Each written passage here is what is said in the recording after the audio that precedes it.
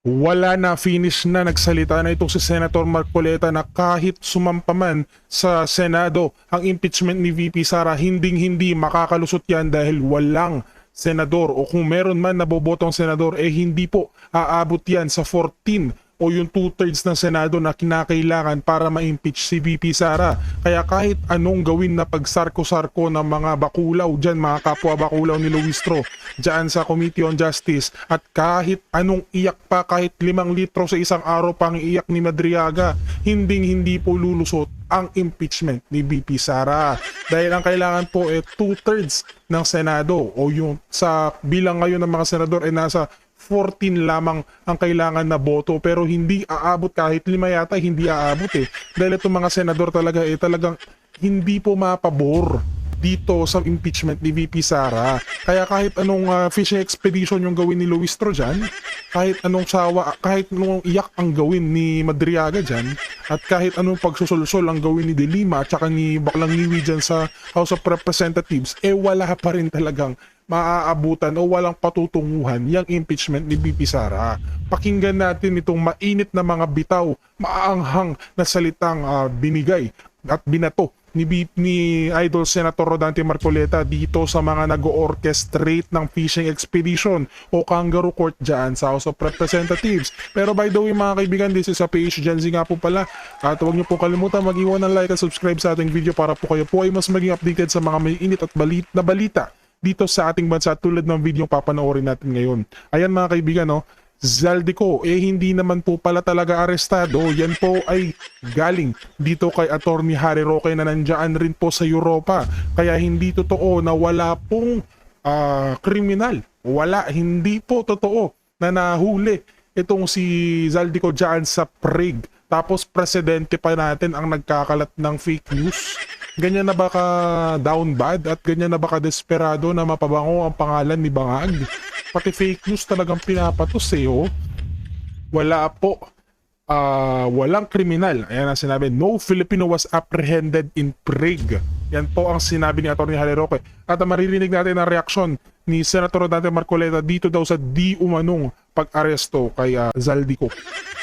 Dahil sabi nga ni Sir Rodante Marcoleta kahit pa magsiuwian lahat ng mga witness dyan sa flood control, itong si Ping Lacson hindi pa rin naman i-hold yung trial ng Blue Ribbon Committee hanggat hindi pumipirma yung mga senador. In short, binablackmail niya yung mga kapwa niya senador na pumirma dyan sa Blue Ribbon Committee report na walang kakwenta-kwenta. Ang sabi ni Senator Ping Lacson kailangan daw pumirma muna ang mga senador bago mag-hearing. Ang kapal naman ng mukha mo, Senator Ping Lacson.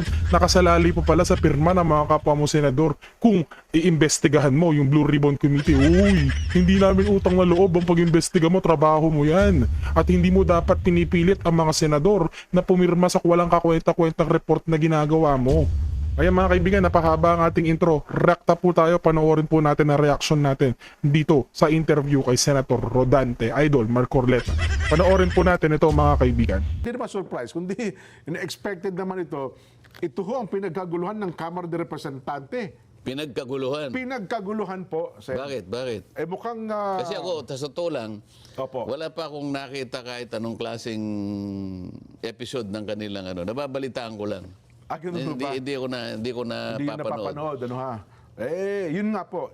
Ano yung salita mo kanina? Na Nung, surprise Oo. witness daw po. Inimbitahan daw po ito para sabihin at Di parang ipaliwanag. ito ka mo, parang Surprise witness nila. may sinabi ka parang ito yung pang surprise ba yung sinabi mo? Opo, Oo, opo, sige, oo. sige. Kasi nga raw ho, Bakit yung surprise? marami daw po itong alam at di umano ay pinagkakatiwalaan daw po ito ng dating Pangulong Rodrigo Duterte at saka ni VP Inday Sara Duterte, Sen. At ito daw pala ay nagdi-deliver ng maleta, dapol bag ng salapi sa mga kakilala ng dating Pangulo at ng pangalawang Pangulo, Inday Sara Duterte. Kung surprise witness siya, bakit siya nilabas ngayon? Para daw po talagang maidiin, makakita ng probable cause. Kasi di ba sa Justice Committee ng Kamara, yun lang ata ang hinahanap nila, Sen, di ba? Probable cause. Alam ko kasi by stages yan, di ba? Opo. Kinakailangan makapasa ka dun sa sufficient inform. Una po Sufficiency yan. inform. Opo, oo. Tatlo yan eh. Sufficiency inform, Substance. sufficiency in substance, Yes po. at saka the complaint alleges sufficient grounds, parang ganyan. Okay, oo. Kaya kailangan merong determination of whether or not the complaint alleges sufficient grounds. Opo. So nag-declare, di ba, sabi niya, ang pagkakaalam ko, nag-declare ng sufficiency of grounds eh. Yes po. O di sapat na yon. Bakit nagkakaroon ng hearing? Yun ang aking tinatanong sa'yo. Hindi, sabi daw kasi mukhang nire-required na rin po ata siya na magkaroon ng, dati tawag nila mini trial eh. Ano ha? Para, kumbaga sa fiscal daw po, pagkariwang kaso, magkaroon daw po ng basihan para maiakyat sa korte yung kasong kinakaharap ng isang tao. Hindi, mali yun. Ganun ho ba? Kasi nga, yung impeachment kasi, Opo. kung ikukumpara mo sa pangkaraniwang kasong kriminal, Yan, opo, oo. ito kasi hindi naman criminal, hindi civil eh. Hindi It's po. more on political eh. Ipaghalimbawa mo, kaya nga merong ang tinatawag nating maghahabla sa kanya, House of Representatives eh. Opo. Kaya nga sa setup natin, magsisimula yung impeachment sa House. Yes po, sa Kamara, oo. At pagkatapos na-establish nila yung kanilang cause of action, kung tutuusin mo sa regular cause of action eh. Opo. Sa House naman, articles of impeachment. Sa mga kapatid, kung ilang pananagutan ang gusto nilang gawing para ihabla siya. Halimbawa, 10 articles. Prosecutorial ito eh. Opo. Kaya nga ang tawag doon sa mga maghahabla, prosecution. Yes po. Kaya sa tuntunin ng House, meron silang i-elect na 11 prosecutors. 11 prosecutors, yes. Sa mga tweet, ang nature ng impeachment proceeding sa House, inquisitorial lang siya, parang preliminary investigation. Opo. Kapag ka pumunta ka sa piskalya, hindi nagtatrial doon eh. Ganun ho ba? Sapat na sa piskal yung madistinggin niya, kasi noon, lalo na noon Opo, oo. ang quantum of evidence noon ay probable cause. Opo, oo. So masyado siyang mababaw. Na basta naisip lang ng piskal na May batayan ito. Okay ito. mukhang dapat ko talagang ihabla to. Isampa na sa korte So yan. pag nagsampa siya sa korte, aarestuin na siya. Opo. Probable cause. Pero ngayon kasi, binago na yun eh. Okay. Ang quantum of evidence ay yung tinatawag nilang prima facie Prima facie, opo. with sufficient certainty of conviction. Ganun eh. Yes po. Kaya ngayon, pag sinabi mong prima facie, almost almost sigurado na may kalalagyan to. Yung inireklamo, tama kayo. Opo. Oo. Ngayon, kung surprise witness si Madriaga, ba't nilabas nila? Kasi itong mga sinasabi nila ngayon, ang talagang trial sa Senate eh. Ngayon lang nakikita ko na yung halimbawa, pag nakita ko yung testimony niya, di napaghandaan ko na siya, ito'y tatanungin ko siya ng Yun ganito. na nga po, oo. Tatanungin ko ganito. Oo. Paano kung lahat ng tinanong ko bumagsak siya? Di wala. Oo. Kaya nga yung piskal, sasabihin niya lang, ikaw ba si Madriaga? Opo. Tetestingin niya lang eh. Oo. Kuminsan ang daming nahuhuli sa piskalya pa lang eh. Piskal, oo. Kasi nung nagtatrial pa ako sa bandang Laguna, Opo. may nauna eh. Pero kasi maliit lang yung opisina. Ito muna yung nauna. Oo. Attorney Nelson Lubao. Yan. Asan ang ano mo? Sir, halika. Asan yung akusado? Asan yung complainant? Ito. Complainant, halika. Sabi ng piskal. Opo. Ito ba ang iyong salaysay? Oo. Ito yung complaint mo? Opo. Nako. Oo. Di ba puro kasinungalingan ito? Di ba tinuruan ka lang? Ganun sabi ng piskal, Kasi po, ang abogado ko po patay na siya. Ganun lang naman ang ano eh. So pag na-establish niya, kahit na tinakot niya, Oo. pero mo ba ito? Opo. Kahit anong gawin niya. Sige, okay. Pero hindi siya magta-trial na iisa-isahin mo ng ganyan na wala. Kasi kahit na iminamatwid nila na kasi may nakalagay sa amin dito na maghi-hearing Yes kami. po, yun daw eh. Yung hearing na yon sa aking opinion, dahil nga nahangga ka lang sa preliminary investigation, hindi ka magta-trial because ang trial proper sa Senado pa rin. Yes po, oo. Kahit nasabihin mo pang merong hearing dyan, yung hearing sapat lamang hanggang sa hangganan ng preliminary investigation. Oho. Hindi siya trial para ma-examine mo yung merits nung daladala niyang ano eh. Siguro ang sinabi niya, halimbawa, Kanyang affidavit, ano? ikaw ba si Madriaga? Ito ba ito yung ganito? Ganito ba Opo. ito? Pirma mo ba ito? Oho. Ito bang taong binanggit mo rito, buhay? O, ito bang ganito? Ganyan. Hanggang ganun lang. Pero yung merito nito, para ngayon ay tingnan mo yung kung bastante ang kanyang kredibilidad. Hindi yun ang ano eh. Ganun ho ba? Hindi yun. Kaya nga sabi ko, kung ito yung star witness para halimbawa gamitin nila, Against Vice President. unang-una, preliminary investigation lang to eh. Oho. Tapos ang quantum of evidence, sabi ko Opo. ngayon siya, prima facie.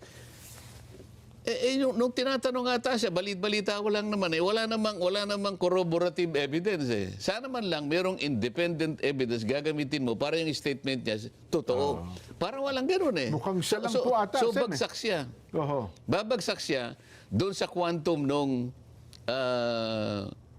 certainty of conviction. Oho. Kasi kailangan admissible, kailangan corroborative. Paano mag-admissible meron daw checking inanom. Opo, yun. Isa pa yun. May hindi na. nalabas ng cheque. Ito nga yung sinasabi ko, dito pa lang, lilitaw na yung ano. Bakit sila nagpakadalubhasa na ilabas ito kung ito pala yung kanilang pambato? Hindi, pero Sa akin meron, lang naman, ha? kung wala man daw po mga corroborative statements, baka naman daw po sa mga dokumento, mga hawak nitong papel. Kasi mukhang maglalabas daw po siya ng ng bank statement. Naglabas daw po siya ng waiver para makita ang kanyang mga record sa bangko. Hindi nga ganun ang tuntunin eh. Ganun ba? Kahit nasabihin pa nilang nakalagay sa rule namin kasi hearing o kaya trial. Opo. Pag binangga mo yung tuntunin na yun sa liwanag ng Constitution, hindi kasali doon eh. Ang merong trial, ang trial sa ano Sa Senado Senate. talaga dapat. Senate court na So po. yung bahagi na yun Impeachment court. boss sa kanya, ito yung aming tuntunin eh. Pero yung bahagi na yan, unconstitutional yan. May bahagi dyan na salig sa kasaligang ba, pero kung magta-trial ka, hindi sinasabing ikaw magta-trial. Ilang masasabi ko doon. Ang problema, At saka dapat susuriin mo, yun bang mga sasabihin niya? Oho. Yun ba ay patungkol doon sa mga naka-identify yung mga yung culpable violation of the Constitution. Yes po, oo. Kasi yung mga Baka complaints naman hindi babagsak doon. So dapat piliin mo lang alin doon sa pinagsasabi mo ang pwedeng mag-qualify na impeachable offense. Oho. Hindi lahat naman ng offense kasi impeachable eh. Nako. Identified lahat yun, di ba? Pero may bigat ba yung kasi may ito pala si Madriaga, may kasong kinakaharap pala ito Sen eh. 2 kaso ng kidnapping ito eh at nakakulong pala ito. Sabi nila kahit na ikaw ay masamang tao, may record ka, katanggap-tanggap pa rin naman ang iyong mga sinasabi at pinapahayag sa ganitong klase ng mga paratang. Pwede naman yun. Wala Opo. namang parang selective ka. Yes po, oo. Basta meron kang kakayahang tumestigo. Kaya lang, yung credibility mo ang problema kung sakasakali. Okay. Mabuti pa basahin natin yung quantum of evidence dyan. Opo. Kasi nung July 16, 2024, so 2 years ago pa lang ito, dito binago yung sinasabi ko sa yung level of evidence na kakailangan ng piskal para siya makapaghain ng Opo. akusasyon. Sa bagong DOJ Secretary niya. Oo, Opo. ngayon, quantum of evidence, ginawa na Section 5 nung kanilang Department Order, Department Circular Number 015. Opo. So July 16, 2024, binago na, no? Ang sabi nila, the quantum of evidence for preliminary investigation and inquest proceedings Opo. is prima facie evidence with reasonable certainty of conviction. Oho. Sa mga tweet, kapag tinuloy mo to, sabi niya, the quantum of evidence is met when the prosecutor is convinced that the entirety of evidence presented by the parties is one, admissible. Number two, credible. C, capable of being preserved and presented to establish all the elements of the crime or offense. Oho. So dito siya ngayon susuriin Ayun. sa tatlong parametro na to. Kung halimbawa hindi siya credible, bagsak na siya. Kaya bakit siya pinresent? Kagat. Kasi yung, may strategy dyan. Lalo na kung yun ang inaasahan mong makakapagpabagsak doon sa kalaban mo. Baka naman ang strategy nila, Sen, sa kamera pa lang, gusto na nilang gibain kung sino yung nirereklamo nila.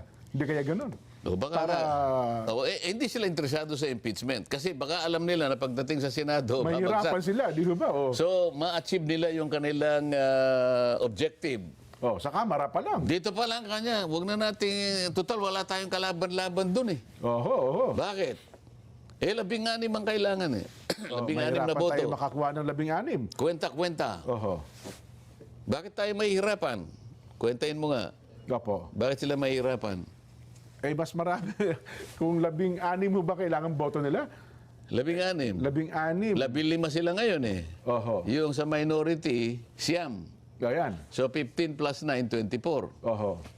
O 15 sila, di kukuha lang sila ng isa sa amin. Doon sa 15, hindi mo rin masiguro, baka meron pang, hindi mo, may makuha pa yung kabila doon eh. Di ba? Hindi, ako sa kwenta ko kasi, Oho. 4 doon sa 15, re-electionist. Okay. So, halimbawa, huwag na natin ano ang mga pangalan ha. Opo, oo. Kung re-electionist ka, Mabigat ang laban mo to at, 2028. Opo. at ikaw ay hindi kumampi sa Vice President, Oho. sinasakripisyo mo yung boto sa Mindanao Yung at saka sa political career Visayas. mo sa Visayas Mindanao. Kalahati yun. Oho. Oh. Oho. 4 yun. Oho. So, 15 less 4, Oho. 11. Yes po. Oh. Hindi, kailangan kumuha tayo sa kabila. Ayan, oh. Kaya natin takutin yung ano doon, yung 3. Kunyari, nakakuha ng 3. Oho. 11 plus 3. 14. O, 14 pa rin. Kulang pa rin, ano? Parang hirap nga tayo.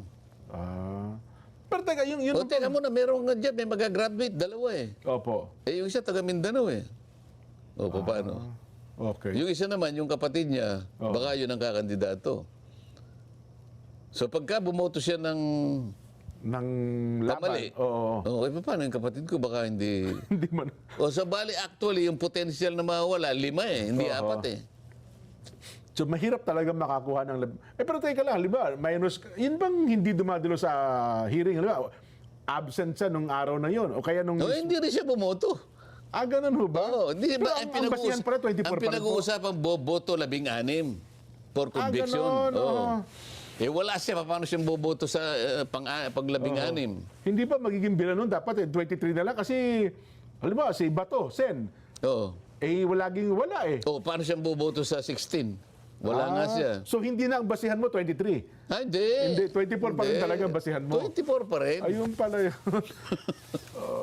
Dahil nga siguro ganun, Sen, kaya sa kamera pala, kinakailangang magiba na natin, magawa na natin yung ating motibo. Oh, kaya nga naniniwala ko dahil nga tinanong ko sa iyo, bakit Opo. siya pinresent? Kung surprise witness. Oho. Kasi sabi niya, kasi ito na lang ang pag-asa natin eh. Halimbawa ganun eh. Oho. Doon wala tayong pag-asa. So dito man lang Sa makaano tayo. kamera pa lang, oho. Ayan. Mabigat ang laban nga pala, no? Ay, naku. Anyway, saglit lamang po. Pagbalik natin, meron pa isang magandang paksa na pag-uusapan. Nahuli na raw si Saldico. Ating Congressman Saldico, Sen. At mukhang inaasahan na po sa lalong madaling panahon ay iuuwi ito sa Pilipinas.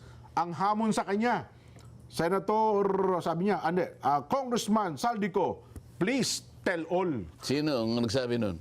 Ang statement daw po ng Malacanang, Sen. Tell all. Sabi niya sabi ng, yun ang mensahe daw po kay Congressman Saldico, Sen. Sino nga sa Malacanang ang nagsabi? Wala po nakalagay lang, Malacanang kasi yun ang story, yun ang balita eh. Magsabi daw po ng lahat ng kanyang mga nalalaman. At Dapat mga- lang, di ba? Ay, dapat nga po. Oo. Ngayon, marami bang natutuwa? Ay, ako naman kasi maraming may gustong pauwiin. Baka marami ho talaga natutuwa na mahuli siya at makapagsalita ng kanyang mga nalalaman talaga, Sen. Sigurado ko, yung mga natutuwa ay yung mga taong nakapakinig nung kanyang mga Opo, yun, mga naunang inihayag video. Oo, sa mga video niya.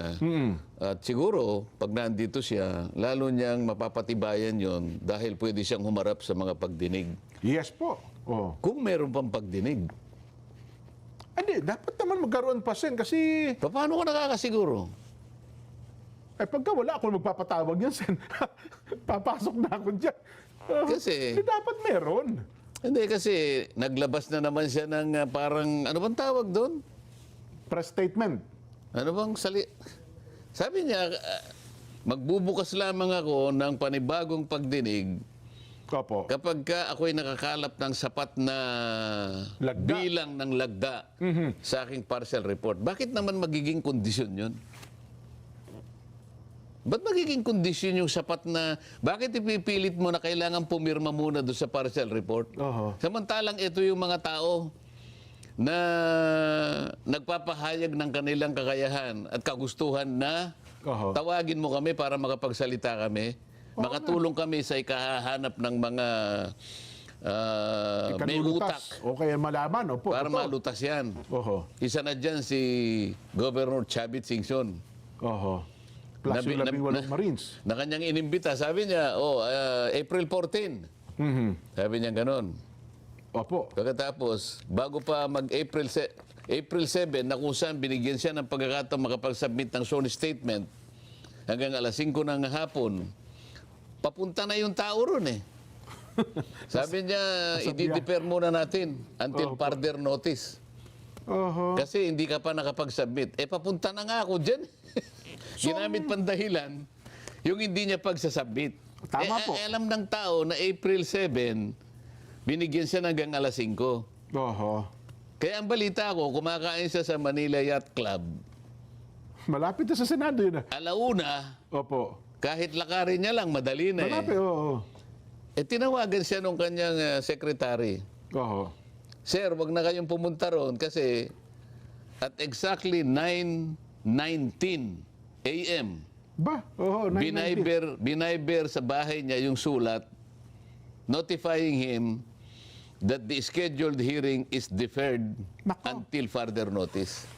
Isa nga sa mga dahilan doon, Oo. kailangan tayo makatipid sa kuryente kanya dahil sa may krisis tayo. Oh, tama naman. Pangalawa, Oo. hindi mo kanya na-submit eh. Wala yung affidavit mo. Pangatlo, yun nga, kailangan natin ng additional signatures. So yun ang magiging batayan lang para ipatawag ulit yung pagdinig ng Blue Ribbon. Kinakailangan makakuha siya ng sapat na pirma? Oo. Doon sa parsa. Mukhang mali naman na tayo, Sen. Kaya wag kang masyadong optimistic na kung mo dumating si Saldico.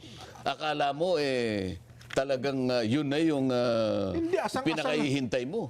Hindi kasi marami talagang gustong marinig, lalo kung sa Senado, ang pagsasalita nito si Saldico, asang-asa na ako, Sen. Oo nga, alam ko nga yun eh. Kaya Oo. nga, hindi lang naman ikaw ang daming umaasa. Paano yung ayaw umasa? Hindi, mali siya doon. mali po yun. Hindi kasi, bakit? Bakit, alimbawa ikaw, Opo. nagluto ka ng pagkain, Oo, okay, opo, oo. pinatikim mo, Oo. hindi maganda yung pagkakaluto eh.